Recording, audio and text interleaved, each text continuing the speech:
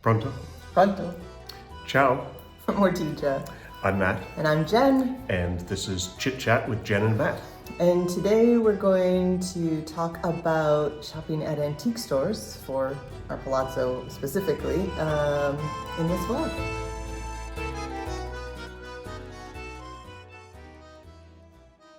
So, as Jen said, we're going to talk about shopping at antique stores and how we're doing that for the house that we're buying.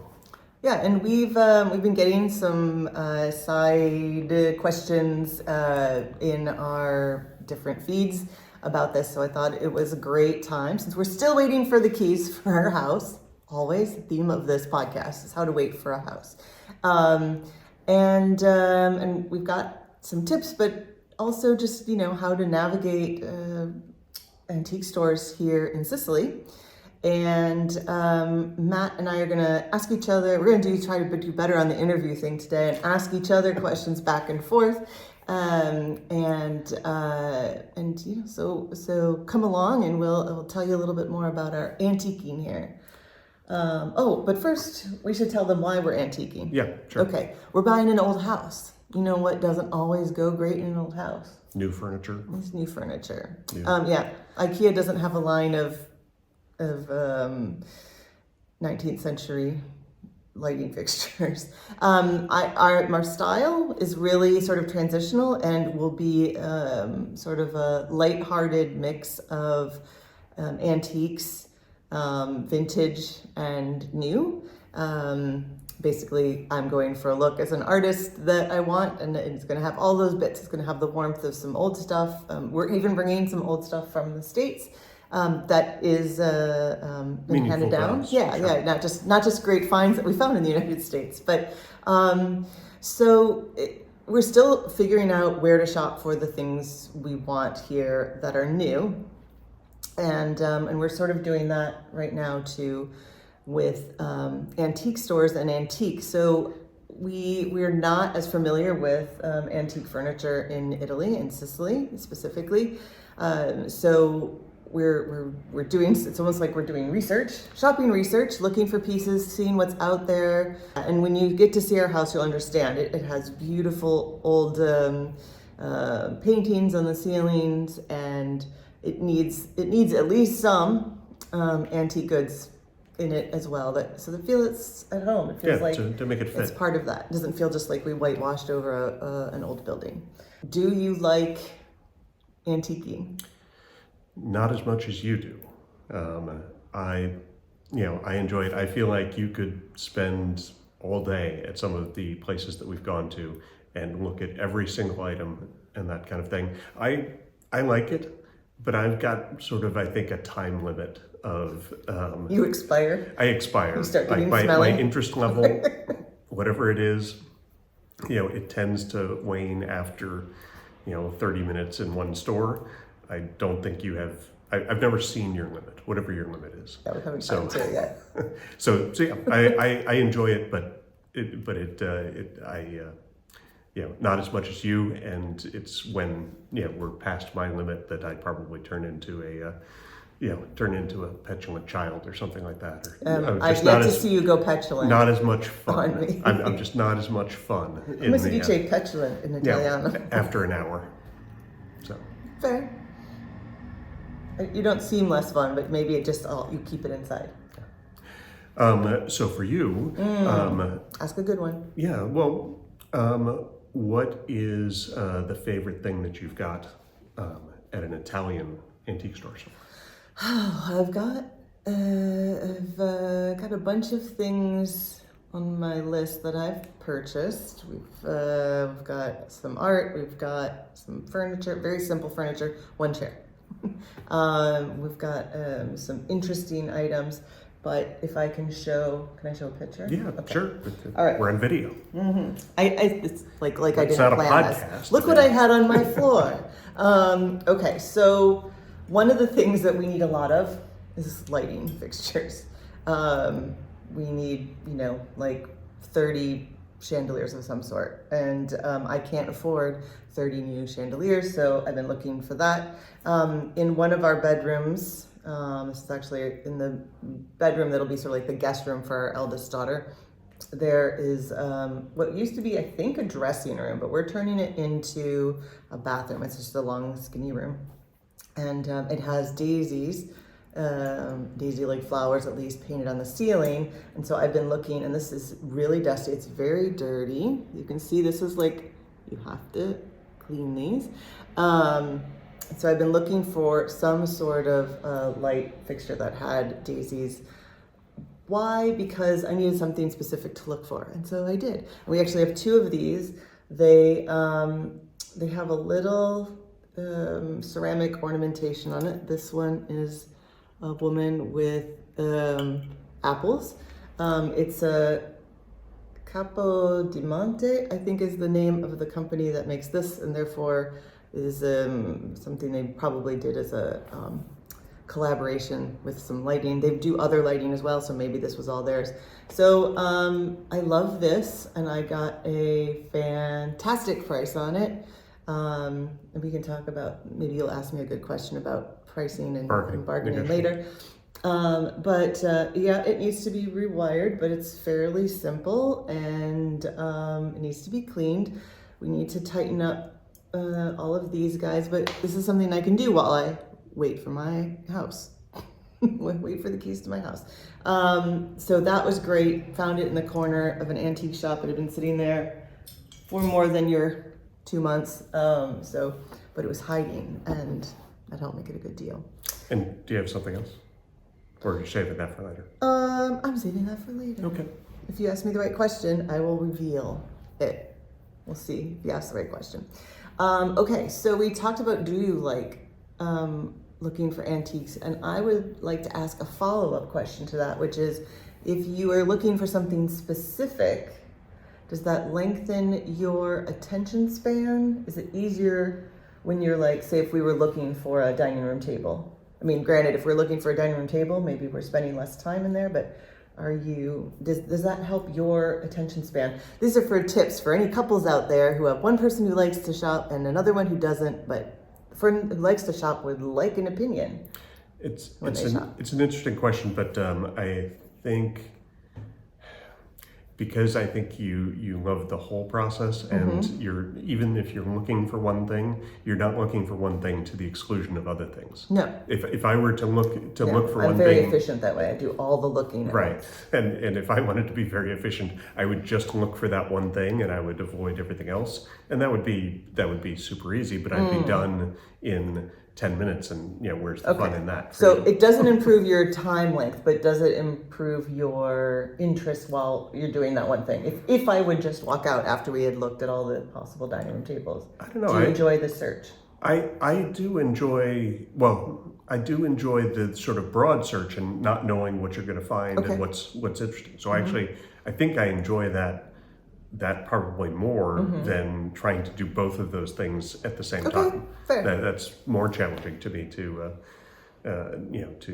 both go broad as well as go deep on just one item type that we're looking for. Okay, can I ask a follow-up question on that that's much shorter? If I reward you with gelato after every store we go to, would that improve my chances of you wanting to go to more stores? Yeah, until such time as I grow to the point where I can't get in the door of stores. That might assist. And that is a thing. Some of these stores are crowded. Yeah. Let's see. Let me ask you another question. Okay. So, what are you looking for right now in as we go to different stores? Well, as you've already spilled the beans, what am I not looking for? But no, seriously. I'm trying not to look at furniture. Thank you. Because we'd have to carry it up 3 flights of stairs, an hour and 45 minutes away, and then carry it down 3 flights of stairs, live with it for at least a month, because, we're waiting for our house, and then find a way to transport it to the new place, and it would be crazy. Although what I am looking for is, I'm checking out new different antique stores all over sort of the southern east, mid-southern east coast of Sicily, to see what kinds of furniture they get. And maybe you'll ask me later, like, a question about how they might get their furniture and How items. long is the show? I thought. Anyway, so right now I'm looking for old relatives, even though I'm not Italian. I have this dream of filling the house with beautiful portraits of affordable portraits. Let's make that clear, because I found some really, really, really great ones, just totally unique. One, it was an older woman. Definitely a Nona age. I guess I'm technically a Nona age, but an older Nona age, and maybe a great Nona. I don't know what that is, but it was €1,000, and that is not what I'm looking for. But I'm looking for interesting portraits, and that was the right question. Okay. So I picked up this little piece, and I wish I remembered who this is, but. Maybe we'll talk a little later about using your Google image search. This is a painting based on a real painting. This is a real painting based on a famous painting. There are a lot of people that did that. So I think the issue is that people were good at copying painting, and so instead of just getting a print of something, because we didn't have Xerox machines in the day, back in screen, they would have somebody would just paint paintings of this, a reproduction. Yeah. And it's very clear when you see the original that it's not trying to be a fake by any means. It's just, like, let me paint you a picture of the Mona Lisa. So I'm definitely looking for that. I'm keeping my eye out for chandeliers. I feel a little bit better about carrying chandeliers up the stairs, but again, more trying to find out who's gonna have chandeliers. Yeah, I feel really good about getting you gelato so that you'll carry chandeliers up for me.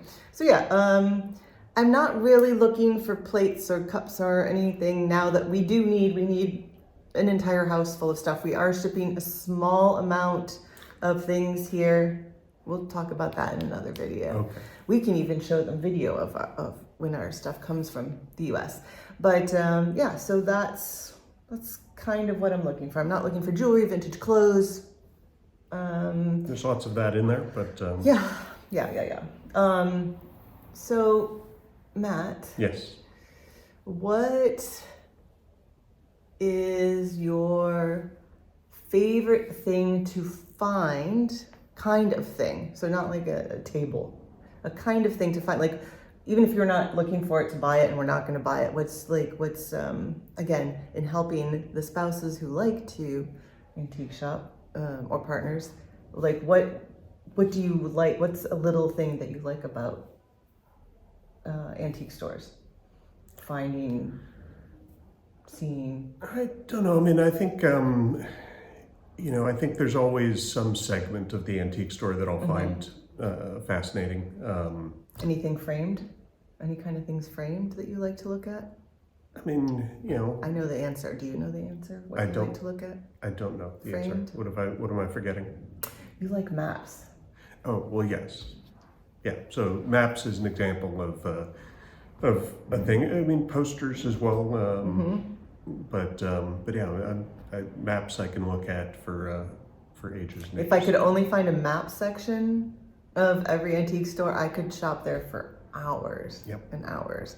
Yeah, so I guess a tip would be find out what your co-conspirator on your antique trips likes to do, and find stores that do that. Excellent. Yeah. Let's see. Other questions for you? I mean, well, you did promise tips. Yeah. So a couple tips. So one of the things you were talking about before is even if we're on a mission for one particular thing, and I'm looking at everything, but I really do try to walk into every antique store with something I'm specifically looking for. Like I am looking for art today, because if I don't, what happens is I get sidetracked, and then I get all the way through and I go, oh my gosh, I forgot to look at things in frames. So I try to always have that. And if I'm with somebody, I will also say, today I'm looking for egg cups, which I've never ever looked for. I don't know why that just came to mind. I'm looking for egg cups and toy soldiers. which is a really weird. I've never. Yes, thank you for. We've never looked at that. I didn't want to give away to people what I'm looking for. What if they go and get it? And that way you have another set of eyes that's looking for it. And then I try to give good feedback. I mean, we do that before. I'll be like, okay, but I wanted something much bigger, or I wanted something much less expensive, or something like that. So it's nice to have eyes, especially if the other person isn't particularly looking. But if you're with a friend who is looking, you both tell each other what you have. You know, if one of you is looking for paintings and you've gone through it, and you might discover something for the other person. So definitely have an idea of what you want, and 2, never pay full price. So sort of like you, I believe that if it's supposed to go home with me, it will. So if I need to wait to think about it and it's not there when I come back, I wasn't meant to have it. That's the story I tell myself so I can sleep at night. There have been very few things that I have to have this now and I have to have it at full price. So you have to decide that kind of before you go in, I think. It's a tip. Because then you don't because you can't really return things like, it wasn't the right color for my sofa. I've never, ever returned an antique, ever. So I don't even know if it's possible. Sure. Sell it back to them, put it on consignment. Yeah, you lose money. Right. So I try to know what my price range is, that I'm going to walk away from something, and if I'm willing to leave it behind. And part of the reason that I need to know if I'm willing to leave it behind is the biggest tip for how you can, knowing if you can negotiate on something. Here, it seems like every place we've been to has a little tag on it that says the price. We've been to like 2 that didn't have prices on anything. But they'll have a tag and they'll have a date of when it came in. And if that is this month, you're not getting a discount, or sconto, no sconto. But the longer it's been in the store, the more of a discount. So I have a painting of who I'm calling Uncle Filiberto, and I thought about it, and I went back, and when we looked at the date, it had been there for 5 months, and I got 50% off that painting. So what was 150 euros for this beautiful big over the fireplace sized painting, I got for 75, and I felt much better about it, and I'm sure you felt much better that I had only paid 75 euros for it. And that's sort of at the upper line. I'd love to find things for less than that, but I'm always happy with a discount. The lighting fixture that I showed you was one of 2. So we have 2 sconces. The other one has a little boy on it. And those were really expensive, like $250. And you have to be willing to walk out. It was interesting because I was there with my friend who is Sicilian and is always like, Jen, you have to not give them the price. Don't be too nice. Don't be too American, and be nice and give them all the money. You have to, they expect you to bargain for it. And the bargain isn't it's very civilized. It feels very much to me like the bargaining I do in the US for antiques. But I was like, I really like this, but the price is way too much. Like, I understand, even if it's worth that, I'm gonna look for something else. So, and I had something else I was looking at. I was looking at this little foosball table that I'm gonna just hang up on the wall, which is not, it is vintage, but it is not antique. It's definitely a more modern piece, not when this house was built. And I had that, and I was just like, well, if I'm not gonna buy one, I'm not gonna buy the other. And so I was like, okay, I'm sorry, not today. And as I walked out, they were like, okay. And basically I got it for half price. And that one, I knew it had been in the store for like 2 years. It was in a little corner that I think nobody saw. It had, the lights had little covers on them, which really blocked the beauty of this piece. And I was like, you don't care enough about it to display it out. It's been here forever. You can have it out of here and open up a corner to hide something else, I suppose. So yeah, so check the date. If it is a recent date, think about whether or not you can pass it up, knowing that anything like really unique and in really great condition and blah, blah, blah, you're going to be competing with other people who are willing to pay that. So you just kind of have to decide, check out your antique stores and decide who's got stuff that goes fast and slow, and Gets good stuff. There's going to be more stuff when you come next time, either way. There's always more stuff. There's always more stuff. There was a beautiful light. It was a globe, and it was a tall, like, floor lamp, and the globe lit up, and it was gorgeous. It had beautiful patina on it, but it was 350 euros.